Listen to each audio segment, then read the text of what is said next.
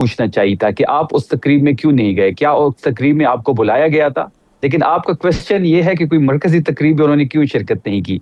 आपका सवाल ये बनता है कि उस तकरीब में आप लोग क्यों नहीं गए? क्योंकि हमें कोई इन्विटेशन वैसे मेरा नहीं अगला मिली। सवाल यही था, दूसरी लेकिन आपने बात, खुद ही इस बात का जवाब दे दिया ना। मैं आपसे यही पूछना चाहती थी कि कल जो यादगार फतह की तकरीब हुई थी उसमें क्या बुलाए नहीं गए थे या खुद नहीं गए? तो आपने खुद ही बता दिया कि मदऊ ही नहीं किया गया।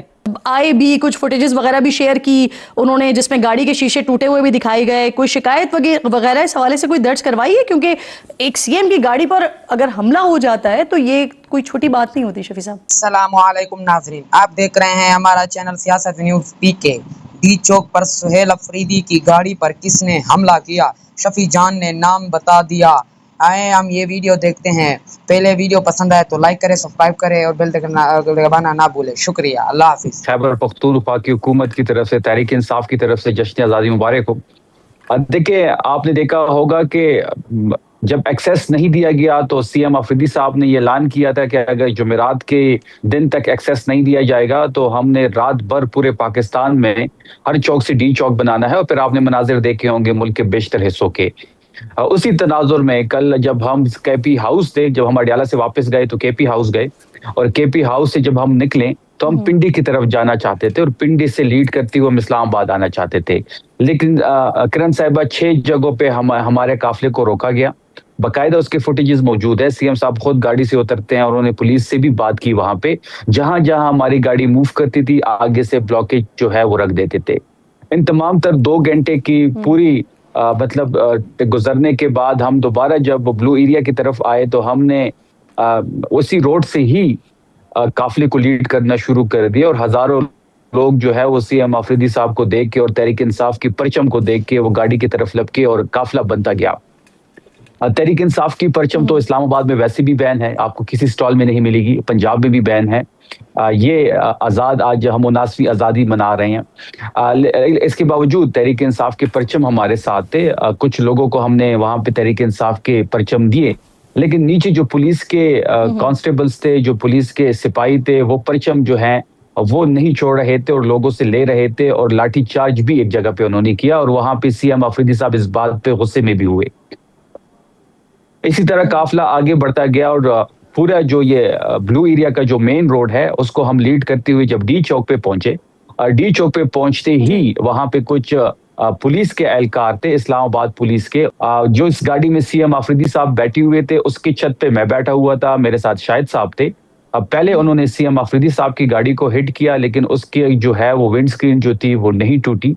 फिर पीछे जो हमारे काफिले में सीएम अफरीदी साहब के साथ दूसरी गाड़ी थी, जिसमें कुछ ऑफिशियल जो सीएम अफरीदी साहब का स्टाफ था वो बैठा हुआ था, उसकी गाड़ी को जब हिट किया तो बैक स्क्रीन और साइड की स्क्रीन उन्होंने तोड़ दी। तो ये वो सारी फुटेज भी हमारे पास, ये पुलिस की लाठीचार्ज से टूटी है विंड स्क्रीन। इनके पास स्टिक होती है, वो कुछ स्टील टाइप की जो स्टिक होती है जो पुलिस के पास होती है, ये उससे उन्होंने हिट किया और बाकायदा उसकी फुटेज हमारे पास है। वो जो पुलिस के पास लाठी होती है उससे नहीं जी नहीं, लाठी 2-3 किस्म की, और लकड़ी की लाठी नहीं थी, जो स्टील की ब्लैक कलर की जो लाठी होती है। अब उसको क्या कहते हैं मुझे तो उसका आइडिया नहीं होंगे। कल इस्लामाबाद के डी चौक पे ही एक तकरीब का इनेकाद था जहां पे सीएम पंजाब को बुलाया गया था, लेकिन सीएम खैबर पख्तूनख्वा को नहीं बुलाया गया। देखिए, आपको ये पूछना चाहिए था कि आप उस तकरीब में क्यों नहीं गए? क्या उस तकरीब में आपको बुलाया गया था? लेकिन आपका क्वेश्चन ये है कि कोई मरकजी तकरीब में उन्होंने क्यों शिरकत नहीं की। आपका सवाल ये बनता है कि उस तकरीब में आप लोग क्यों नहीं गए, क्योंकि हमें कोई इन्विटेशन वैसे मेरा अगला सवाल यही था, लेकिन आपने खुद ही इस बात का जवाब दे दिया ना। मैं आपसे यही पूछना चाहती थी कि कल जो यादगार फतह की तकरीब हुई थी उसमें क्या बुलाए नहीं गए थे या खुद नहीं गए? तो आपने खुद ही बता दिया कि मदऊ ही नहीं किया। देखिए, इसी डी चौक पे एक सीएम को बुला के यादगार जो वहां तकरीब थी उसमें शिरकत करके बड़े, अगर हम चाहते तो हम रेजिस्ट कर सकते थे, लेकिन सीएम अफरीदी साहब ने कोई रेजिस्ट नहीं किया। हमारा फोकस 27 सितंबर तक है, हम पुरअमन रहेंगे। हमने पुरअमन ही इस सही को लीड करना है। बार बार ये चीजें हमारे साथ हो रही हैं। और जहां तक आपने मरकजी तकरीब की बात की, सीएम मुझे फरमाइएगा सर, कुछ इत्तलात ये आ रही है कि जो आपकी लीगल टीम है, मुझे कंप्लीट करने, जस्टिस इस्लामाबाद के जी कंप्लीट कर लें, मुझे कंप्लीट करने दे।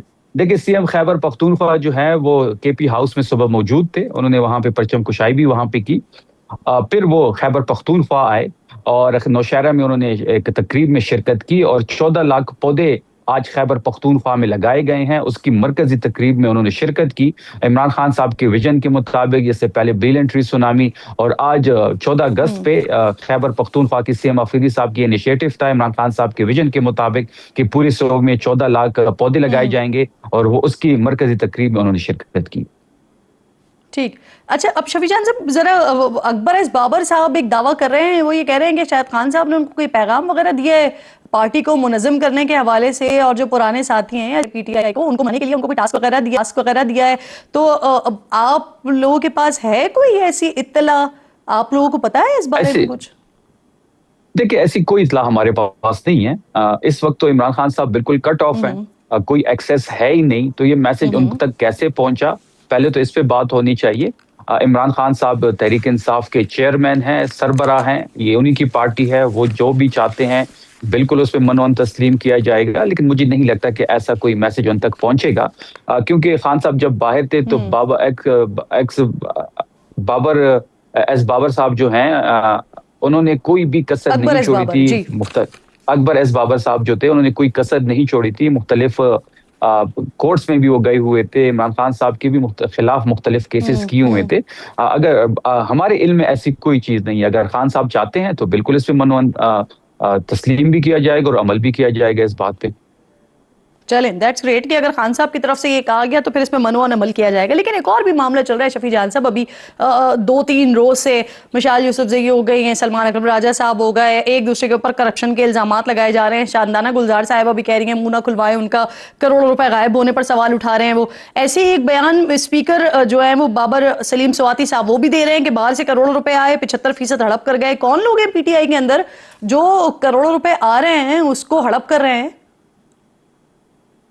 पहली बात यह है कि सलमान अकबर राजा साहब की इंटीग्रिटी पे हम कोई भी सवाल कबूल नहीं करेंगे। मैं पर्सनली हमेशा उनकी तारीफ करता हूँ। जिस तरीके से वो चीजों को आगे लेके बढ़ रहे हैं वो काबिल सताइश है, काबिल तारीफ है। वो हर जगह मौजूद होते हैं। पंजाब में जिस किस्म की फसातियत है, लेकिन उसके बावजूद कोई भी इवेंट हो या फिर पार्टी को जहां भी उनको जरूरत पड़ी वो वहां पे खड़े होते हैं। अगर इस वक्त कोई ये इल्जाम लगा रहा है कि करोड़ों रुपए आए हैं, पहले ये तो बताएं कि करोड़ों रुपए किसने भेजे हैं, किसको मिले हैं, ये तमाम तफसीलात उनके पास होंगी।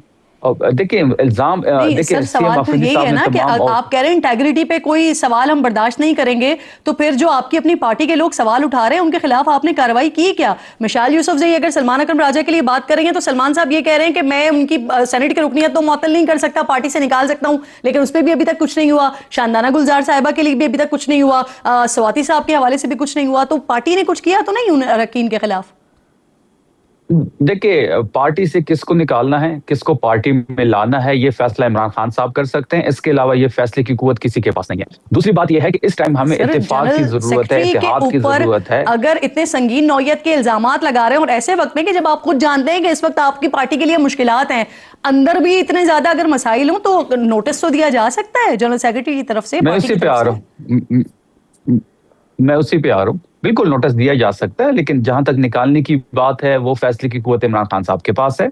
देखिए, सीएम अफरीदी साहब ने भी और हमारी जो टॉप टियर की लीडरशिप है इस बात पे कंसेंसस है कि इस वक्त जो है तमाम तर फोकस जो है वो 27 पे रखना चाहिए। अफरीदी साहब ने ये मैसेज सब ओहदेदारों को, तमाम पार्लियामेंटेरियंस को, तमाम सेनेटर्स को, टिकट होल्डर्स को दिया है कि इस टाइम बयानबाजी नहीं होनी चाहिए।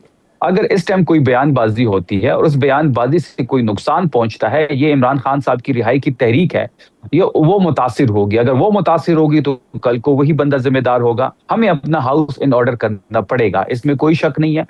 इन ऑर्डर जब तक नहीं होगा तो जो तहरीक हम शुरू करने जा रहे हैं ये डिसिप्लिन से ही, इत्तेफाक से ही और इत्तेहाद से ही हम कामयाबी हासिल कर सकते हैं।